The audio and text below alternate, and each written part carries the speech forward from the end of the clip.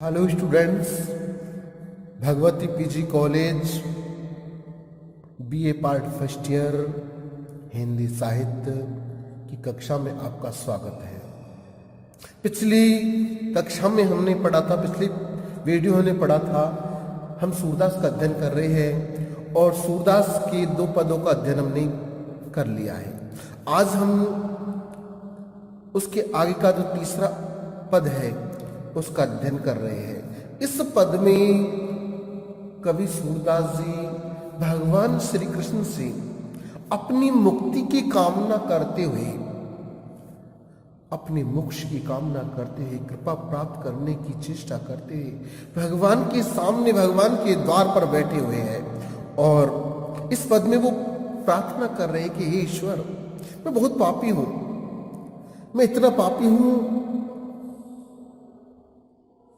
कि मेरा उद्धार आप नहीं कर पाएंगे। वो भगवान की तरफ से विरोध कर प्रेरित कर रहे हैं। जैसे किसी बालक से कोई काम करवाना चाहते हैं तो उससे पहले कहते हैं ये काम तुम कर ही नहीं सकते, तो बालक में प्रेरणा आती है, जोश होता है। तो उसी प्रकार से भगवान के सामने, ईश्वर के सामने वो ये दिखाना चाहते हैं कि हे ईश्वर, आप मेरी मुक्ति नहीं कर सकते हैं। और अपनी भाव भक्ति को यहां प्रकट करते कहते कि ये जो दास है, ये भक्त है, ये पतित है, ये पापी है, आपके द्वार पर आकर बैठ गया है और ये तभी हटेगा जब आप हंसकर उसके साथ उसको वादा कर दोगे कि हाँ तुम्हारी कि हे सूर तुम्हारी मुक्ति हो जाएगी, तभी मैं यहां से हटूंगा।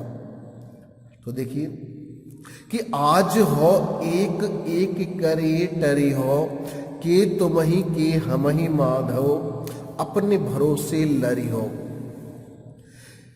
तो पतित सात पीढ़िन को पतित हुए निस्तारियो, अब हो उघारी चाचा नच, अब हो उघरी नचो चाहत हो विरुद्ध बिन करियो, कत अपनी पर तीत नसावत में पायो हरि हीरा, सूर्य पतित तब ही उठो प्रभु जब हंस दे हो वीरा। तो ध्यान दीजिए, इसमें सूरदास जी अपनी पुष्टि मार्गी भक्ति को प्रस्तुत कर रहे हैं और क्या कहते हैं तो देखिए कि आज हो एक एक करी टरियो, हे प्रभु आज मैं एक एक करके जो अपने कष्ट है, पाप है, पीड़ा है, ये जो बुराइयां है, उन सभी को मैं दूर करवा दूंगा। टरी हो है दूर करवा दूंगा, टारना, कि आज हो एक एक करे टरी हो, कि आज मैं एक एक करके अपने पापों को, बुराइयों को, दोषों को, कष्टों को हटा दूंगा। क्यों? कि तुम ही कि हम ही माधो। और यहां कवि ईश्वर को चैलेंज कर रहा है कि तुम ही कि हम ही माधो, कि हे माधव या तो तुम ही हो या मैं ही हूं। यानी आप या तो उद्धार करने वाले आप रहोगे या ये मैं पापी रहूंगा। अपने भरोसे लड़ी हो, कि मैं किसी और के भरोसे पर नहीं लड़ रहा हूं, मैं अपने भरोसे पर लड़ रहा हूं कि या तो आप ही रहोगे जो पापियों का उद्धार करते हैं, या आज मैं ही पापी रहूंगा जिसका उद्धार भगवान आप भी नहीं कर पाए। दो ही बात हो सकती है कि या तो आप उद्धार करने वाले हैं तो मुझ जैसे पापी का उद्धार कर दोगे, या मुझ जैसा पापी रहेगा कि जिसके पापों के सामने आप जैसे उद्धार करने वाले, भक्त पर कृपा करने वाले भगवान भी असफल हो गए। तो के तुम ही के हम ही माधव, हे माधव, हे श्री कृष्ण, या तो आप ही रहोगे उद्धार करने वाले या हम जैसे पापी रहेंगे। अपने भरोसे लड़िए, मैं अपने भरोसे पे लड़ रहा हूं। आगे कहते हैं कि हो तो पतित सात पीढ़िन को पतिते हुए निस्तारियो, कि हो यानी मैं तो पतित हूं 7 पीढ़ियों का, यानी मैं आज का पापी नहीं हूं बल्कि पुराने समय से अपनी पीढ़ी दर पीढ़ी से मैं पाप करता आ रहा हूं, पीढ़ियों से पापी हूं। और आप है पतितों का निस्तारण करने वाले, पतितों का गति देने वाले, सदगति देने वाले, पतिते हुए निस्तारी हो, कि आप पतितों का निस्तारण करने वाले हैं, उन पतितों को मिटाने वाले हैं, उनकी कष्टों को दूर करने वाले हैं। तो देखिए कि या तो आप ही रहोगे, मैं तो कई पीढ़ियों से पापी हूं, और आप हमेशा से पतितों का उद्धार करने वाले हैं। तो देखिए कौन रहता है। अब हो उघरी नचो चाहत विरद विन करी हो, कि अब तो मैं उघर कर नाचना चाहता हूं, अर्थात मुक्त होना चाहता हूं। अब हो उघरी नचो चाहत, अब तो मैं उघरना चाहता हूं। उघरने का मतलब स्वतंत्र होना, आजाद होना, बंधन मुक्त होना। मैं बंधन मुक्त होना चाहता हूं। विरद बिन करी हो, और या मैं आपको विरद यानी यश, कीर्ति, कि आपको मैं कीर्ति के बिना कर दूंगा, क्योंकि या तो आप मेरा उद्धार कर दीजिए, इससे मैं आजाद हो जाऊंगा, मुक्ति मिल जाएगी मुझे, या मैं आपको भी आपके यश से हीन कर दूंगा, यानी मैं मेरा पाप आप पर भी प्रभाव डालने वाला हो जाएगा कि आप भी मेरा उद्धार नहीं कर पाए।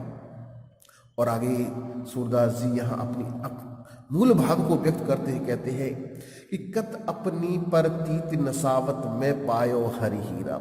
अरे अपनी परतीत यानी प्रेम को कहाँ नसावत है, नष्ट कर रहा। अरे कौन है जो अपने प्रेम को, अपनी भक्ति को नष्ट करेगा? अर्थात मैं अपनी प्रेम भक्ति को कहीं भी नष्ट नहीं करूंगा, क्योंकि मैं पायो हरि हीरा, क्योंकि मैंने हरि रूपी हीरा प्राप्त कर लिया है, मैंने परमात्मा रूपी हीरे को प्राप्त कर लिया है। और आगे अंत में कहते हैं कि सूर पतित तवही उठे हो, सूर पतित तवही उठे है प्रभु जब हंस दे हो बीरा, कि हे प्रभु, ये सूरदास कहता है कि ये जो पापी है आपके द्वार पर आपके सामने आकर बैठ गया है, अब ये तभी यहां से हटेगा जब हंस के आप बीरा दोगे, अर्थात वादा करोगे, मुझे विश्वास दिला दोगे कि हाँ भाई सूर तो कितना पापी है, लेकिन मैं तेरा उद्धार कर दूंगा, तब यहां से मैं हटूंगा, अन्यथा हे प्रभु मैं नहीं हटूंगा।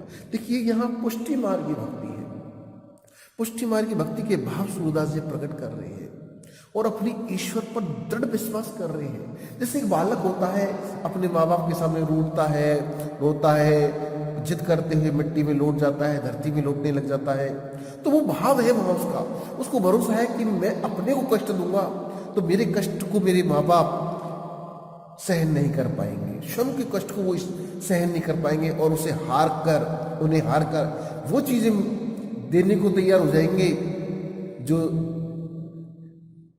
उसको मिलनी चाहिए या नहीं मिलनी चाहिए, लेकिन उसको मिल जाएगी।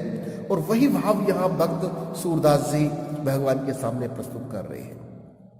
तो देखिए अगला चौथे नंबर का जो पद है, इसमें सूरदास जी भगवान श्री कृष्ण से प्रार्थना कर रहे हैं और कामना करते हैं कि हे ईश्वर मुझे मुक्त कीजिए, हे नंदलाल मेरी जो अविद्या है, मेरा जो अज्ञान है उसको दूर कीजिए, क्योंकि मैंने काम क्रोध रूपी शरीर में चोला धारण कर रखा है, मेरे गले में विषय वासनाओं की माला मैंने धारण कर रखी है, और मोह रूपी जो घुंघरू है वो मेरे बसते रहते हैं, बुराई मुझे अच्छी लगती है, यानी जो सांसारिक काम, क्रोध, मद, लोभ, अहंकार, ईर्ष्या वगैरह ये जो बुराइयां हैं, ये सारी की सारी बुराइयां किस प्रकार मनुष्य ने एक वस्त्र के रूप में, आभूषण के रूप में धारण कर रखी है। जिस प्रकार एक आभूषण होते हैं, आभूषण से व्यक्ति शोभामान लगता है, सुंदर लगता है,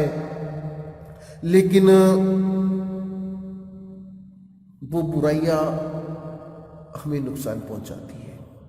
तो कभी सूरदास जी कहते हैं कि ये बुराइयों को हमने आभूषण की तरह धारण कर रखा है, इसलिए हे कृष्ण भगवान, हे भगवान श्री कृष्ण, आप ही मेरी सारी जो अज्ञान रूपी बुराइयां है, जो अज्ञानता बस मैंने इनको धारण कर रखा है, इनको दूर कीजिए। तो देखिए अब मैं नाचो बहुत गोपाल, काम क्रोध को पहिर चोलना, कंठ विषम की माल, महामोह के नुपर बाजत निंदा शब्द रसाल, भ्रम भयो मन भयो पखावज चलत असंगत चाल, तृष्णा नाद करत घट भीतर नाना विधि दे ताल, माया को पट फेरा बाध्यो लोग तिलक दियो भाल, कोटिक कला काच दिखराई जल थल सुधी नहीं काल, सूरदास की सभी अविद्या दूर करो नंदलाल। सूरदास जी ध्यान दीजिए, विषय वासनाओं में उलझे हुए वो मानते हैं मेरे अंदर दोष है, लेकिन मेरी बुराइयों को हे प्रभु आप दूर कीजिए। तो देखिए हमें संक्षिप्त में सरल समझना है। तो देखिए कि अब मैं नाचो बहुत गोपाल, हे भगवान इस संसार में मैं बहुत नाच चुका हूं। नाचने का मतलब नाचना नहीं है, अर्थात संसार में बहुत उलझ चुका हूं। ये भावात्मक भाव को समझिए कि हे भगवान श्री कृष्ण, मैं इस संसार में बहुत नाच चुका हूं। ये गोपाल, इस संसार के जो बंधन है उनमें मैं बहुत उलझ चुका हूं। कैसे उलझा हूं कि काम क्रोध को पहे चोला, मैंने जो चोला है, शरीर है, जो मेरे वस्त्र है, वो कैसे है? काम क्रोध रूपी। कि मैंने जिस प्रकार को व्यक्ति वस्तु को धारण करता है, शरीर को धारण करता है, तो वो शरीर ही, मेरे शरीर ही काम क्रोध का बन गया है। और जो जैसे कोई व्यक्ति गले में माला पहनता, कोई मोतियों की माला, कोई फूलों की माला पहनता है, लेकिन मेरे गले में माला तो है, लेकिन फूल मोतियों की माला नहीं है, आपकी भक्ति की माला नहीं है, बल्कि विषय वासनाओं रूपी माला को मैंने गले में धारण कर रखा है। क्योंकि माला होती है 24 घंटे व्यक्ति के साथ में रहती है, गले में पड़ी रहती है। उसी प्रकार से मेरे गले में विषय वासना हमेशा गले में पड़ी रहती है, मुझसे दूर ही नहीं होती है, या मैं उनको दूर नहीं कर पाता। उनको मैं कीमती वस्तु समझकर गले में धारण करता हूं।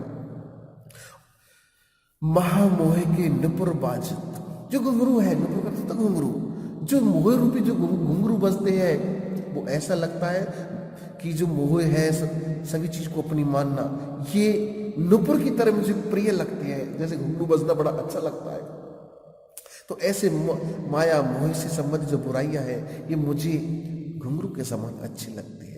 और निंदा शब्द रसाल, जो दूसरों की बुराइयां है, वो मुझे एक अमृत फल के समान, मधुर फल के समान अच्छी लगती है।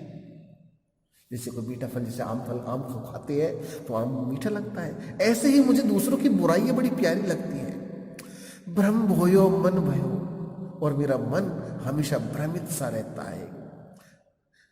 भ्रम भोयो मन भयो पखावच चलत असंगत चाल, जो मेरा मन है हमेशा भ्रमित सा रहता है और हमेशा गलत संगत में, गलत रास्ते पर चलता रहता है। तृष्णा नाद करते घट भीतर नाना विधि ताल, और जो तृष्णा है, लालसा है, वो नाद करती हुई मेरे शरीर के भीतर नृत्य करती है, शोर आवाज करती रहती है, और अनेक प्रकार की ताल अर्थात सुर ताल जो होती है वो बजाती रहती है। अर्थात मेरे मन में हमेशा लोभ, लालसा, ये शब्द करती गुंजामान रहती है, हमेशा लालच के भाव गुंजामान रहते हैं। और माया को कटफेरा बांधो, लोभ तिलक दियो भाल, और जो मेरे कमर पट्टा है, जिसको आधुनिक रूप में हम बेल्ट के रूप में भी जानते हैं, तो ऐसी जो कमर का फेरा है, कमर पट्टा है, वो माया रूपी कमर पट्टा मैंने अपनी कमर भी बांध रखा है। और जो तिलक है मेरा, वो ऐसा है मानो लोभ लालच को मैंने तिलक पे लगा लिया, अर्थात मेरे मस्तिष्क में हमेशा लालच के भाव, लोभ का भाव ही विद्यमान रहता है। कोट की कला कांच दिखराई, जल थल सुधी नहीं खाल, अनेक प्रकार की जो बुरी काम कलाएं हैं, ये मुझे दिखती रहती है, महसूस होती रहती है। मुझे जल थल की, पानी और जमीन का कहीं एहसास नहीं है, अर्थात मुझे वास्तविकता का कोई एहसास नहीं है। बस लोभ, मोह, लालच, काम, वासना, ईर्ष्या, द्वेष, तृष्णा, इनमें ही उलझा रहता हूँ। अर्थात मुझे पानी और जमीन का भी ज्ञान नहीं है। अंत में सूरदास जी कहते हैं कि सूरदास की सभी अविद्या दूर करो नंदलाल। अंत में भगवान से प्रार्थना सूरदास जी करते हैं, कहते हैं कि हे नंदलाल, हे भगवान श्री कृष्ण, ये जो सूरदास की जो अविद्याएं है, ये जो बुराइयां है, इनको दूर कीजिए। तो एक साधारण सा है कि कभी सूरदास जी भगवान कृष्ण से प्रार्थना कर रहे हैं कि काम, क्रोध, लोभ, लालच, मोह, ये सारी बुराइयां मेरे मन में एक आभूषण की तरह से, माला की तरह, कमर कट फेरा की तरह है, मेरे शरीर से बंधी हुई है, जुड़ी हुई है, और इनसे हे प्रभु मुझको दूर कीजिए, अर्थात इनसे मुझे मुक्ति दिलाइए। तो देखिए, अपन ने 4 दोहे पद पढ़ लिए हैं। अगला पद है अपना जो है कि मेरो, ये इसमें कभी सूरदास जी भगवान श्री कृष्ण की महिमा और उनकी भक्ति का वर्णन कर रहे हैं, और ये दिखाना चाहते हैं, इस पद में ये बतलाना चाहते हैं कि जिस व्यक्ति ने भगवान श्री कृष्ण का ध्यान किया है, वो व्यक्ति अन्य देवी देवता, ईश्वर, निर्गुण की ओर जा ही नहीं सकता है, निर्गुण की ओर जा ही नहीं सकता है। भगवान श्री कृष्ण की भक्ति जिस व्यक्ति ने एक बार कर ली है और उसका आनंद प्राप्त कर लिया है, वो व्यक्ति अन्य भक्ति के बारे में विचार कर ही नहीं सकता। तो देखिए क्या कहा है कि मेरो मन अनंत कहाँ सुख पावे, जैसे उड़ जहाज को पंछी फिर जहाज पे आवे। कमल नैन को छाड़े महातम और देव को धावे, परम गंग को छाड़े प्यासो दुर्मति कूप खनावे। जी मधुकर अम्बुज रस चाख्यो क्यों करील फल भावे, सूरदास प्रभु काम धेनु तज छेरी कौन दुहावे। तो ध्यान दीजिए, से बहुत बड़ी बात कह रहा कवि कि जिस प्रकार कोई उदाहरण दे रहे हैं कि कोई जहाज पर बैठा हुआ पक्षी है, समुद्र के अंदर जहाज चला जाता है तो उसके पास कोई विकल्प ही नहीं रहता है, क्योंकि वो जहाज जैसे समुद्र के अंदर चल जाता है तो हजारों सैकड़ों किलोमीटर तक पानी पानी नजर आता है।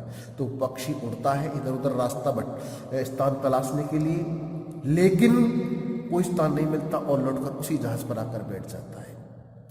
भगवान श्री कृष्ण कमल नयन के समान को छेड़कर अन्य देवता की कोई आराधना नहीं कर सकता, और करता है तो उसी प्रकार से मूर्ख है कि प्यासा है, गंगा के किनारे खड़ा है, लेकिन गंगा के पानी को छोड़कर वो कुआं खोदकर पानी पी रहा है। अरे जिस घोड़े ने अमृत का फल का रस चखा है वो करील के फलों को नहीं चख सकता है, और भगवान कृष्ण को छोड़कर तो अन्य देव की जो भक्ति करता है तो वो वही मूर्ख है कि जो कामधेनु जैसी गाय को छोड़कर बकरी का दूध पीना चाहता है। तो देखिए कि मेरो मन अनंत कहाँ सुख पावे, मेरो यानी मेरा मन यानी मन, अनंत यानी अन्य स्थान पर, कहाँ पर सुख पावे ने पाता है। अर्थात मेरा मन, कभी सूरदास जी शब्द के लिए कह रहे कि मेरा मन भगवान श्री कृष्ण के अलावा अन्य कहीं भी सुख को प्राप्त नहीं कर सकता। कैसे नहीं कर सकता कि जैसे उड़ जहाज को पंछी फिर जहाज पे आवे, कि जिस प्रकार से कोई जहाज पे बैठा हुआ है पक्षी और जहाज समुद्र के अंदर पानी के अंदर चल रहा है। अब आप कल्पना करते हैं कि कोई जहाज है, पानी उसके ऊपर कोई पक्षी बैठा हुआ है और जहाज पानी के अंदर है, तो उससे दूसरा स्थान तलाशना चाहता है, पक्षी दूसरी जगह पर बैठना चाहता है, लेकिन जैसे पक्षी उड़ के जाता है जहाँ भी उसकी नजर जाती है उसको केवल पानी पानी नजर आता है, कहीं पैर टेकने को जगह नहीं मिलती है, तो वो पक्षी विवश होकर मजबूरी बस वापस उसी जहाज पर आकर बैठ जाएगा, क्योंकि उसके पास कोई दूसरा रास्ता नहीं है। इसी प्रकार से मेरे पास भी कोई दूसरा रास्ता नहीं है, क्योंकि भगवान श्री कृष्ण के अलावा मैं सोच ही नहीं सकता हूँ। मेरा मन कहीं दूसरे स्थान पे जा नहीं सकता। जिस प्रकार कोई जहाज पे बैठा हुआ पक्षी को मजबूरी बस या खुशी से उस जहाज पर ही आकर रुकना पड़ेगा, उसी प्रकार से मुझे वहीं भगवान श्री कृष्ण की चरणों में शरण मिलेगी। आगे कहती है कमल नैन को छाड़ी महात्म और देव को दावे। जो भगवान श्री कृष्ण कैसे है, कमल नैन है। भगवान कृष्ण के नेत्रों की उपमा किससे दी गई है, कमल से, कि कमल नैन को छाड़ी महात्म और देव को दावे। जो भगवान श्री कृष्ण कमल नैन, कमल के समान नेत्र वाले हैं, उन भगवान श्री कृष्ण को छोड़कर अन्य देवता की का ध्यान करेगा, अन्य ईश्वर की आराधना करेगा, वो कैसा है। परम गंग को छाड़ी प्यासो दुर्मति कूप खड़ावे। परम गंगे, जो परम माँ गंगे हैं, उनको छोड़ करके कौन प्यासा व्यक्ति। भाई चलो घूमने गया आदमी, अपने शरीर की कसरत करनी है तो वो तो गड्ढा खोद के पानी पी लेगा, कुआं खोद के पानी पी लेगा, लेकिन जो प्यासा है, प्यास से मर रहा है, गंगा के किनारे खड़ा है, और वो मूर्ख वो गंगा का पानी न पीकर गड्ढा खोदकर गंगा के किनारे कुआं खोदकर पानी पी रहा है। अर्थात जो परम चीज है, दुर्लभ है, वो हमें सहज भाव से मिल रही है, उसको छोड़कर के हम कठिन परिश्रम करने के बाद हमें एक साधारण सी चीज मिलेगी, तो वो मूर्ख ही माना जाएगा। बेशक हम मेहनत की दृष्टि से कह सकते हैं कि अपनी मेहनत की बलबूते उसने प्राप्त की है, लेकिन व्यवहारिक दृष्टि से इस बात को सही नहीं माना जा सकता कि जिस चीज को हमको बिना प्रयास के मिल रही है। स्वामी विवेकानंद के बारे में कहा गया कि वो किसी महात्मा से मिले जो पानी पर चलने, जमीन की तरह पानी पर चलने की विद्या जानता था। तो उनसे पूछा कि आप पानी पे चल सकते हैं? कि हाँ मैं चल सकता हूँ और दिखा सकता हूँ। तो बोले कि ये विद्या मुझे सिखा दोगे? कि बिल्कुल सिखा देंगे। तो विवेकानंद ने कहा कि आपको कितना समय लगा? कि इस विद्या को सीखने मुझे 25 साल लगे। तो विवेकानंद जी ने कहा कि नहीं, मुझे विद्या नहीं सीखनी है। क्यों नहीं सीखनी है? क्योंकि जिस विद्या को सीखने अपने जीवन के 25 वर्ष गुजार दिए, और विद्या कितनी क्या काम की है? मात्र 2 पैसे काम की है। नदी में इस पार से उस पार जाने के लिए 1 पैसा लगता है, और उस पार से इस पार आने के लिए 2 पैसे 1 पैसे लगते हैं। तो 2 पैसे का जो काम है उसके लिए अपने 25 साल जीवन की बर्बाद कर दिए। ये विद्या नहीं चाहिए। तो व्यवहारिक दृष्टि से हम देखा जाए कि कठिन परिश्रम के बाद हमें साधारण सी चीज मिलती है तो वो उपयोगी नहीं है। तो परम गंग को छाड़ी प्यासो दुर्मति कूप खनावे, कि जो परम गंगा है उस गंगा मां को छोड़ करके मूर्ख व्यक्ति कुआं खोद कर पानी पिएगा। दुर्मति यानी मूर्ख, कूप यानी कुआं, खनावे यानी खोदता है। वो व्यक्ति कुआं खोदता है।